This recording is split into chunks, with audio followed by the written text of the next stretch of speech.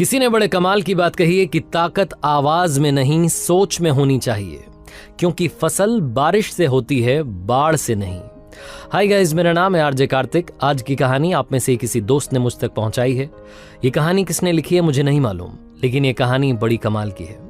ये कहानी एक महिला की जो लिखती है कि मेरी उम्र लगभग 50 वर्ष है और मैं एक ऑफिस में काम करती हूँ। मेरे घुटनों में दर्द रहता है, बड़ी समस्या होती है आने जाने में, लेकिन क्या करूं, फैमिली चलाने के लिए, घर परिवार का खर्चा निकालने के लिए जॉब करनी पड़ती है।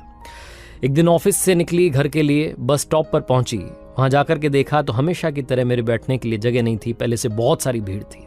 बहुत देर तक इंतजार करती रही। फाइनली एक बस आई। बस में जब अंदर चढ़ी तो देखा वहां भी बैठने के लिए जगह नहीं थी। अचानक से एक आवाज आई कि मैडम, आपके लिए सीट खाली है, बैठ जाइए। मैंने पीछे मुड़कर देखा तो मैडम कहने वाली जो थी वो एक मजदूरन थी। वो भी अपना काम खत्म करके ईंटें गारा ढोकर के शाम में वापस अपने घर के लिए रवाना हुई थी। मैंने गौर से देखा तो मुझे लगा कि ये चेहरा तो मेरे साथ में वहां बस स्टॉप पर खड़ा था। मैंने ध्यान ही नहीं दिया। मैंने उनका शुक्रिया अदा किया और कहा कि धन्यवाद बाई जी, आपने मुझे मौका दिया बैठने का। मुझे अच्छा लग रहा था। मैं ऊपर वाले को बार बार धन्यवाद कर रही थी कि क्या बात है, इतने अच्छे अच्छे लोग दुनिया में हैं। थोड़ी देर के बाद में मेरे पास वाली सीट पर एक महिला बैठी थी। उनका स्टॉप आ गया, उठ करके चली गई, सीट खाली हो गई। मैंने फिर से उनसे कहा कि बाई जी आकर के बैठ जाइए, लेकिन इस बार वो आकर के नहीं बैठी। सीट खाली थी। एक महिला और उस बस में खड़ी हुई थी जिनके हाथ में बच्चा था, रो रहा था। वो जो बाई जी थी उन्होंने उस महिला को सीट दे दी। थोड़ी देर के बाद में उनका भी स्टॉप आ गया, वो भी उतर करके चली गई।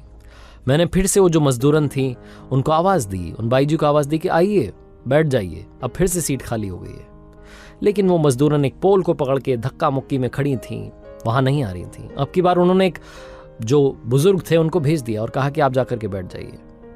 वो जो वृद्ध जन थे वो आकर के बैठ गए। सीनियर सिटीजन थे, उनकी उम्र 75 से 80 के लगभग बीच रही होगी। वो आकर के बैठे। उसके बाद थोड़ी देर बाद उनका भी स्टॉप आ गया। वो भी उनको, जो बाई जी थी, उनको धन्यवाद करते हुए कि बहुत अच्छी हो, बहुत अच्छी हो, आपका धन्यवाद कहते हुए चले गए। फाइनली सीट खाली हो गई। उस बस में भी अब आखिरी स्टॉप आने वाला था, बहुत कम लोग बचे थे। मैंने उनसे कहा कि अब तो बैठ जाइए। तो जो बाई जी थी आकर के बैठ गई। फिर मैंने उनसे पूछा कि एक बात बताइए, आपने मुझे बैठने का मौका क्यों दिया? सबसे पहले आपके पास तो सीट थी, आप तो आराम से बैठी थी। उन्होंने कहा कि क्या बताऊं, मैंने आपको वहां स्टॉप पर देखा था, लग रहा था कि आपके पैरों में तकलीफ है। जब आप बस में चढ़ रही थी तब भी लग रहा था कि आप बड़े दर्द में हैं। तो मुझसे रहा नहीं गया, मैंने आपको बैठने के लिए जगह दे दी। फिर मैंने उनसे कहा कि 2-3 बार सीट खाली हुई, तब आप बैठ जाती। तो जो बाई जी थी उन्होंने कहा कि मैं बाद में बैठ जाती, लेकिन मैंने देखा कि एक बच्चा रो रहा था, उसकी माँ उसको गोद में लेकर के खड़ी थी, मुझसे देखा नहीं गया, मैंने उनको बैठने के लिए जगह दे दी। और उसके बाद में वो वृद्ध जन, वो बुजुर्ग जो कि खड़े थे, वो खड़े रहते और मैं बैठ जाती, अच्छा कैसे लगता। तो मैंने उन्हें बैठने के लिए मौका दिया, मुझे आशीर्वाद दे करके गए। तो मैंने उनसे पूछा कि आप ये रोजाना करती हैं, आज ही कर रही? तो उन्होंने कहा मैं रोजाना करती हूँ।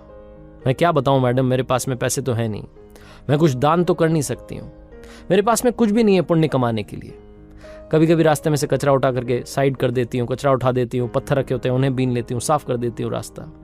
कभी कुछ मेरे पास में होता है खाने के लिए तो जानवरों को दे देती हूँ।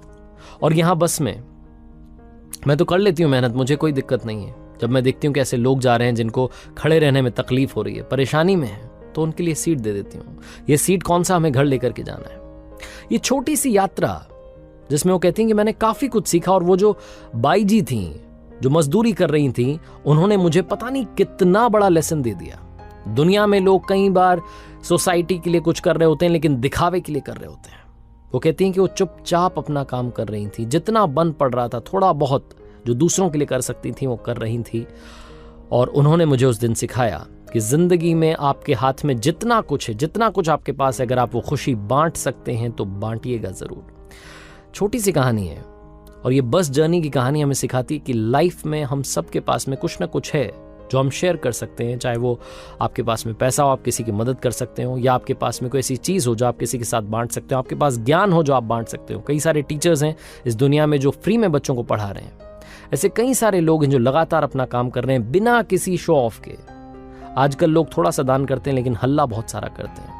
ईमानदारी से अगर आप किसी की मदद करेंगे तो अपने आप ऊपर वाला आपकी मदद करेगा, क्योंकि आपको भी नहीं मालूम चलेगा कि कब ऊपर वाला बनकर आपके पास इंसान के रूप में आ जाएगा। आरजे कार्तिक बस ये कहना चाहता है, मदद करते चलिए, मुस्कान बांटते चलिए। ज्ञान तो सभी के पास है। कर दिखाओ कुछ ऐसा कि दुनिया करना चाहे।